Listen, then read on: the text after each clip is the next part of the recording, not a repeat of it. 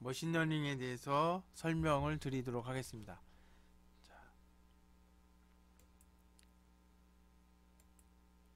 자, 목차는 개발 환경 구축, 그 다음에 AI, 머신러닝, 딥러닝에 대해서 개념을 설명하고, 그 다음에 머신러닝의 종류에 대해서 말씀드리고, 그 종류에 대한 간단한 대표적인 것들에 대해서 설명을 드리도록 하겠습니다. 자, 개발 환경 구축을 하려고 하면 여기 아나콘다가 잘 만들어져 있는 프로그램인데, 이 아나콘다를 설치하면 파이썬과 같이 설치가 되어집니다. 그리고 이제 파이썬 에디터가 별로 그렇게 좋지 않기 때문에 비주얼 스튜디오 코드라고 하는 것을 이용해서 거기에서 소스 보고 소스 코딩을 해주시면 좋습니다. 그리고 웹 기반의 IDE라고 해서 이제 요거는 이제 PC상에서 설치해서 쓸 수 있지만 코랩이라고 하는 구글 계정만 가지고 있으면 사용할 수 있는 것이 있습니다. 자, 인공지능과 머신러닝, 딥러닝 이 세 가지를 어떻게 구분하면 여기 이렇게 구분하게 되어 있습니다. 자, 인공지능은 Artificial Intelligence라고 해서 AI라고 얘기하는데 크게 규칙 기반 시스템, 룰에 의해서 운영되어지는 시스템과 머신러닝 이 두 가지로 구분이 되어집니다. 즉 우리가 흔히 생각하는 AI가 이제 머신러닝하고 이제 혼돈해서 많이 쓰고 있는데 사실은 규칙 기반 시스템이라고 하는 것이 있고 요거는 우리가 옛날부터 프로그래머가 프로그램을 개발했을 때 그 프로그래머 동작하는 방식이 어떤 룰에 의해서 운영이 되어지는 시스템을 얘기하는 겁니다. 그 다음에 머신러닝은 이제 아까 말씀드렸던 것처럼 인공지능의 하나의 부분 집합이고 요거는 기계학습입니다. 요거는 이제 knowledge from experience라고 해서 경험에 의해서 지식을 쌓는 거예요. 그래서 그리고 이 머신러닝 즉 기계를 학습시킨다라고 하는 거는 여러 가지 알고리즘들이 있을 수 있습니다. 그 중에 하나가 딥러닝인 거고요. 그래서 딥러닝은 머신러닝의 부분 집합이라고 생각하시면 됩니다. 이 딥러닝은 인간의 뇌 회로에서 영감을 받아서 만든 모델이 되겠습니다. 자, 머신러닝은 크게 세 가지로 나눠집니다. 지도학습과 비지도학습, 강화학습으로 나눠지는데요. 지도학습이라고 하는 것은 말 그대로 지도한다는 얘기죠. 누가 지도를 하는 거냐면 관리자가 내지는 감독자가 이제 지도를 하는데 무슨 얘기냐면 정답이 있다는 거예요. 이렇게 하면 요건 정답이 얼마. 정답이 있는 것이 지도학습이고 이 지도학습은 크게 회귀 분석, 회귀와 분류로 나눠지고요. 그러니까 분류한다는 얘기는 결국은 답이 있으니까 분류가 되겠죠. 그다음 비지도학습은 뭐냐면 답이 없습니다. 답이 없는 거. unsupervised learning. 즉 관리자가 없다는 얘기죠. 슈퍼바이저. 그래서 요거는 군집화 알고리즘 대표적인 건데 이건 뭐냐면 데이터를 보고 컴퓨터가 나름대로 구분을 하는 거죠. 클러스터를 만드는 겁니다. 이게 비지도학습이고 강화학습은 뭐냐면 우리가 강아지를 교육을 시킬 때 많이 쓰는 건데 이 강아지가 뭐 앉아 이렇게 시켰을 때 얘가 진짜 앉으면 보상을 주는 거예요. 근데 앉아있는데 앉지 않으면 뭐 벌을 준다든지 불이익을 주는 거죠. 그렇게 해서 이 강아지가 앉아라고 하는 이 소리를 했을 때 앉으면 보상이 주어지니까 그런 행동을 계속 하겠죠. 그 어떤 특정 행위를 강화시킨다고 해서 강화학습이라고 이야기합니다. 그래서 이렇게 세 가지로 나눠지고요. 자, AI와 머신러닝의 차이 했는데 아까 말씀드렸던 것처럼 룰 기반의 시스템, 규칙 기반 시스템은 이렇게 되어 있습니다. 그래서 데이터를 주어지면 프로그램에 의해서 답이 나오는 거고 요거는 AI의 룰 기반으로 운영되는 거고 머신러닝은 뭐냐?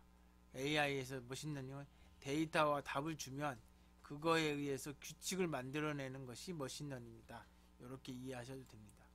자, 가장 대표적인 지도학습의 대표적인 건 회귀인데 지도학습은 학습 결과를 바탕으로 미래의 무엇을 예측하느냐에 따라 회귀와 분류로 두 가지로 나눠집니다. 크게. 그래서 회귀는 트레이닝 데이터를 이용해서 연속적인 숫자를 예측하는 거예요. 회귀는 결국은 여기 보면 9시간 공부하면 74점 맞고, 그러니까 이제 이거 9시간 공부했던 학생이 74점 맞고 14시간 공부했던 사람이 82점 맞고 이렇게 만들어서 이거 데이터를 만들어 놨어요. 이렇게 표를.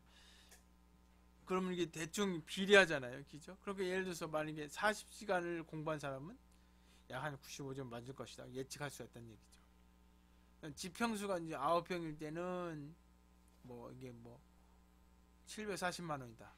14평이면 810만 원대. 뭐 이런 식으로 이제 만약에 책정이 됐다면 평수에 따라서 가격이 예측이 되겠죠. 그래서 이 데이터를 가지고 우리가 원하는 여기 없는 데이터, 예를 들어서 35평이면 약 얼마일 것인가, 요걸 예측하는 것이 회귀입니다. 물론 여기에서 이게 맞지 않죠. 왜냐하면 문제는 뭐냐면 만약에 100시간을 냈다고 해서 120점을 맞는 게 아니잖아요. 이게 점수가 정해져 있고, 그리고 공부 시간에 의해서만 성적이 반영되는 건 또 아니잖아요. 그러다 보니까 이제 선형 회귀가, 여기 회귀도 이제 하나의 데이터가 아니고 여러 개의 데이터가 필요할 수 있습니다. 이제 그것이 뒤에 나오는 건데, 자, 선형 회귀라고 있습니다. 이게 직선, 라인, 리니어 레귤레이션이라고 하는 건데, 요거는 단순 선형 회귀 분석과 다중 선형 회귀 분석 두 가지로 크게 나눠집니다. 단순이라고 하는 것은 뭐냐면 여기 독립변수, 그러니까 이게 x가 이제 독립변수인데, 이 독립변수가 하나인 것이 단순 선형 회귀. 이게 우리가 흔히 생각하는 좌표 평면상에서 직선이죠. 1차 방정식 또는 1차 함수 뭐 이렇게 얘기할 수 있습니다. 이것이 단순 선형 회귀고요. 그 다음에 멀티플 리니어 레귤레이션 어널리시스, 여기 다중 선형 회귀 분석은 뭐냐면 여기 독립변수가 한 개가 아니고 여러 개 있을 때, 요거는 어떤 의미냐면 평면상의 요 평면이 형태를 가지는 거예요.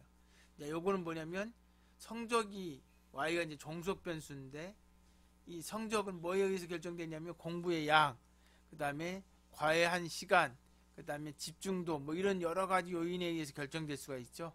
그렇기 때문에 이럴 때는 다중 선형 회귀 분석을 통해서 하면 됩니다. 그 다음에 회귀 분석 중에 이제 다항 회귀라는 게 있습니다. 이게 뭐냐면 여기를 잘 보시면 점이 이렇게 점점점 이렇게 찍어져 있어요. 그래서 선형 회귀라고 하면 이렇게 선을 이어야 되는데, 이러다 보니까 이 점들 잘 표현하지 못하고 있습니다. 오히려 이렇게 곡선을 그리면 잘 표현하겠죠. 이런 2차원 곡선, 3차원 곡선으로 표시가 될 때 이건 다항 회귀라고 얘기합니다. 그 다음에 로지스틱 회귀라고 하는 것은 뭐냐면 종속 변수, 이 결과죠. 결과가 두 가지로 나올 때, yes, no, 성공, 실패 이렇게 나올 때, 예를 들어서 10시간 공부하면 실패, 15시간 공부하면 성공, 패스, 실패 뭐 이렇게 나올 때 이런 것들은 로지스틱 회귀라고 이야기를 합니다. 자, 그 다음에 분류가 있어요. 지도학습에 분류가 있는데, 분류는 뭐냐면 트레이닝 데이터를 이용해서 주어진 값이 어느 종류의 값인지를 구별하는 겁니다. 그러니까 이제 예를 들어서 이제 기존 데이터가 이렇게 있으면 9시간 했던 사람이 실패했고, 14시간 했던 사람이 실패했고, 21시간 했던 사람이 패스했다. 그러면 이렇게 이제 실패와 패스를 두 가지로 이렇게 두 가지 종류로 이게 나눠졌잖아요. 그럼 새로운 데이터가 들어왔을 때 얘가 실패할 건지 성공할 것인지, 또는 평수가 여기 25평, 뭐 20평일 때는 낮고 중간이고 높다라고 평가를 했다면, 내가 주어지는 평수에 의해서 가격이 높은지 낮은지 높은지를 알 수가 있는 거죠. 근데 요거는 주로 어떨 때 많이 쓰냐면 이 사람이 암인지 아닌지 판단할 때, 이럴 때도 이제 이 사람의 그 뭐 세포가 종양이 있는데, 이 종양이 크기라든지 모양이라든지 색깔 이런 여러 가지 정보를 가지고, 만약에 이 기존에 있던 결과, 예를 들어서 암 환자 100명을 대상으로 했는데, 그러니까 100명을 대상으로 했고 그 중에 50명이 암 환자고 50명이 암 환자가 아니었다. 근데 50명이 암 환자일 때의 그 종양의 크기나 이런 것들에 대한 데이터를 가지고, 그때는 다 결과를 알고 있으니까 그 결과를 딱 정리해주고, 그 사람들은 암이고, 암 환자가 아니었는데 종양이 있을 때 그 사람들에 대한 모양도 쭉 적어요. 그러면 새로운 환자가 왔을 때 그 종양의 크기나 이런 것들 보고 얘가 암인지 아닌지를 요 분류를 이용해서 찾아낼 수가 있겠죠. 요 분류의 가장 대표적인 알고리즘이 KNN 알고리즘입니다. 자, 그래서 KNN 알고리즘에 대해서 배우면 KNN은 뭐 K 니스트 네이버라고 해서 K 최근접 이웃 알고리즘입니다.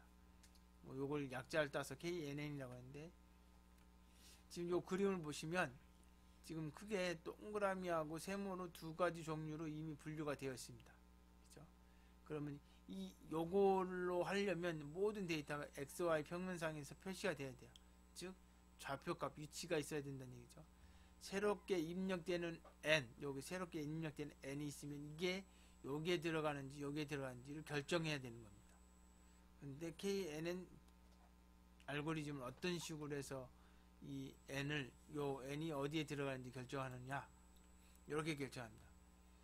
이제 KNN에서 n으로부터 가장 가까운 데이터를 K개를 찾는 겁니다. 그래서 여기 K가 붙어 있는 건데, 만약에 이거는 이제 관리자가 정해주는 거죠. K를 1로 잡느냐, 3으로 잡느냐, 5로 잡느냐. K가 1로 잡으면 n하고 가장 가까운 한 개만 찾는 거예요. K가 3이면 이 n으로부터 가장 가까운 3개를 찾는 거예요. 3개를 찾아서 이 3개가 여기 요거 C하고 D하고 E를 3개 찾았죠. 여기에서 이 3개 중에 원은 하나 있고 세모가 2개 있죠. 그러면 이 n은 세모 그룹에 들어가는 거죠. 근데 만약에 K가 5다. 그러면 5개를 잡죠. 5개 잡은데 여기 보니까 동그라미에 3개가 여기 있네요. 그러면 과반수가 이쪽이 높으니까 이때는 n이 어디에 들어가면 1에 들어가는 거죠. 그러니까 이거는 데이터에 분포된 걸 보고 K를 정하는 것이 좋겠죠. 예를 들어서 비좁게 많이 분포되어 있다. 그럴 때는 여기 거리를 짧게 하는 것이 오히려 더 좋을 수도 있고 뭐 이런 거죠. 이거는 말 그대로 K를 어떤 값을 정할 것인지는 이제 전문가들에 의해서 결정을 하면 되겠죠. 이렇게 해서 분류를 하는 겁니다. 군집이라고 하는 것은 뭐냐면 비지도학습이고, 요 군집은 결국은 시스템에서 알아서 결정되지 않은 데이터들을 그룹핑을 지어주는 겁니다. 그래서 K-민즈 알고리즘이 대표적인 건데, 임의의 센터를 정하고 이 센터에 가장 가까운 값으로 군집화를 시킨 다음에 이 만들어진 그 군집화를 반복적으로 해서 변경이 안 될 때까지, 센터가 움직이지 않을 때까지 반복을 해가지고 군집화를 시킵니다. 정확하게 설명을 드리자면, 만약에 데이터가 이렇게 있는데 여기에 임의의 세 점을 잡아요. 여기 K도 이제 개수가 되어 있는데 지금 3개를 K를 3으로 잡았을 때 가정을 하는 겁니다. 그럼 센터를 3개를 임의로 잡습니다. 얘 임의로 잡는데 단 조건은 뭐냐면 얘 3개가 좀 많이 멀리 떨어져 있어야 좋아요. 그래야 좀 잘 분류가 됩니다. 그래서 좀 이게 뭐 왼쪽 끝에, 오른쪽 끝에, 맨 밑에 이렇게 크게 이렇게 3개를 나눠서, 이건 어떻게 잡든지 랜덤하게 잡는 겁니다. 그러면 이 노드 하나, 이 데이터들이 쭉 있는데 여기 첫 번째 데이터를 가지고 얘 각각의 거리를 계산을 해요. 계산했더니 C1이 제일 가깝네요. 그러면 얘는 C1이 되는 겁니다. 두 번째 또 비교했더니 거리를 측정했더니 여기도 C1이 제일 가깝네요. 그죠? 그 다음에 여기 3번은 뭐냐면 여기하고 이렇게 비교했더니 어디에 가깝냐면 이 C2에 가까워요. 그래서 이렇게 분류를 했더니 이렇게 분류가 됩니다. 그래서 센터에 가장 가까운 애들을 그 색깔로, 그 종류로 다 분류를 했습니다. 분류한 다음에 다 분류가 다 끝났으면 여기 지금 빨간색으로 측정됐던 이 3개의 점에서 이 센터를 옮기는 겁니다. 옮기는데 어떻게 하냐면 이 3개를 가지고 뭘 하냐면 이 3개의 평균점을 찾아요. 그러면 센터가 이렇게 이쪽으로 옮기는 것이 되는 거죠. 이 C2도 이 녹색에서 가장 가운데 점을 찾는 거고. 그죠? 그 다음에 얘는 C3는 하나밖에 없으니까 중앙으로 해봐야 얘가 자기 자신이 될 수밖에 없는 거죠. 자, 요 상태로 옮긴 다음에 다시 처음부터 또 하는 거예요. C1을, 그러니까 1은 어디에 제일 가까운지 비교하는 거예요. 일반적으로 변경이 안 되는데 여기 4번 같은 경우는 얘가 이쪽으로 왔지만 이 거리보다 이 거리가 더 가까워요. 그러니까 얘가 이쪽으로 간 겁니다. 그래서 이렇게 그룹핑 되고 여기서 또 센터를 구해요. 센터를 구했더니 이 센터가 방금 전에 이 전 단계의 센터하고 지금 센터하고 변경이 없어요. 변경이 없다는 얘기는 앞으로 계속 해도 이 센터가 움직이지 않는다는 얘기죠. 그러면 그때 반복을 끝내는 겁니다. 그러면 이렇게 그룹핑이 되고 이렇게 그룹핑이 되고 이렇게 그룹핑이 되는 거죠. 그죠? 그 요거는 어떤 특징이냐면 처음에 센터를 어떻게 잡느냐에 따라서 그룹핑이 조금 이상하게 될 수 있어요. 이 센터에 의해서 처음에 잡는 센터에 의해서 다양하게 변할 수 있다. 그런 거고요. 자, 이제 간단한 알고리즘 설명했고 사물 인식이라고 하는 것을 설명을 드리면 요 사이트에 가면 내가 특정 사물을 구별할 수가 있습니다. 어떻게 하냐면 지금 만년필하고 형광펜을 요 사이트에 가면 카메라가 있어요. 물론 이제 노트북이나 이런 데 카메라가 있으면 그 카메라로 사진을 찍어요. 사진을 찍어서 등록을 합니다.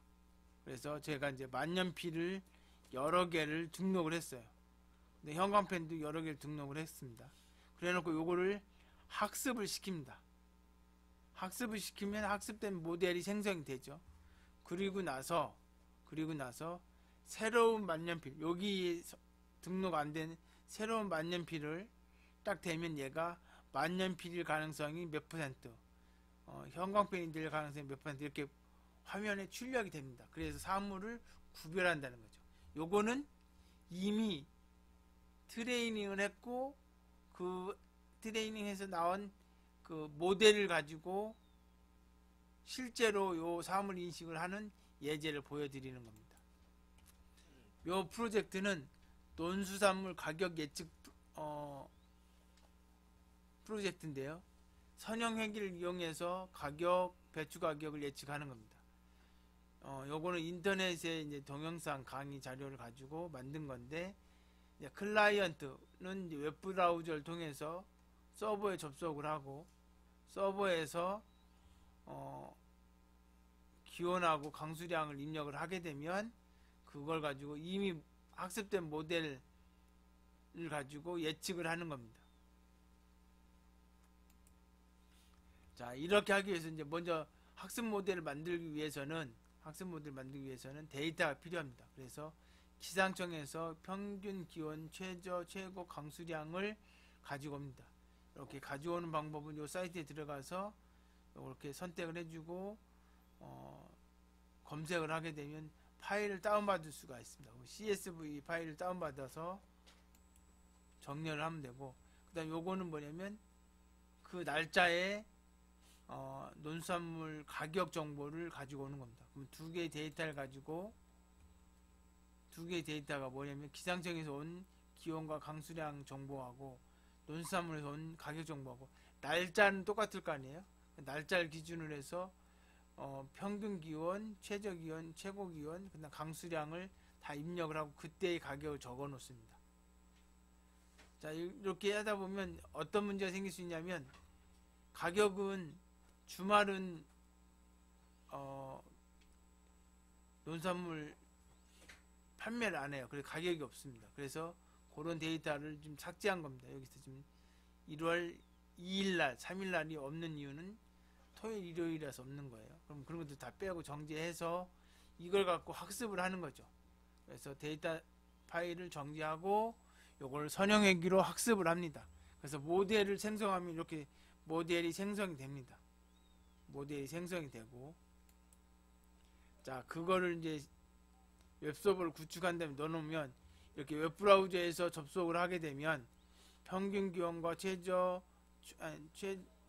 그다음 최고, 그다음 강수량을 입력하고 버튼을 누르면 예측된 결과가 출력이 됩니다. 자, 이것으로 발표를 마치도록 하겠습니다. 경청해 주셔서 감사합니다.